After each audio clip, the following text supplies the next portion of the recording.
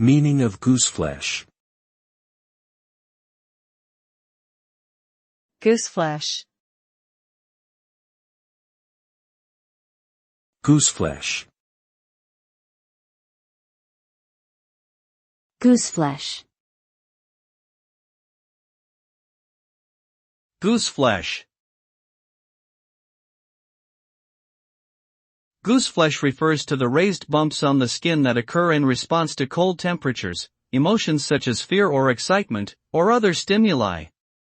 The phenomenon is caused by the contraction of the tiny muscles at the base of each hair follicle, resulting in the hair standing on end and the surrounding skin appearing visibly raised.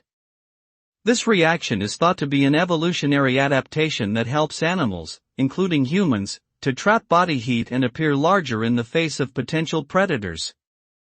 The scientific term for gooseflesh is piloerection, and it is a common physiological response.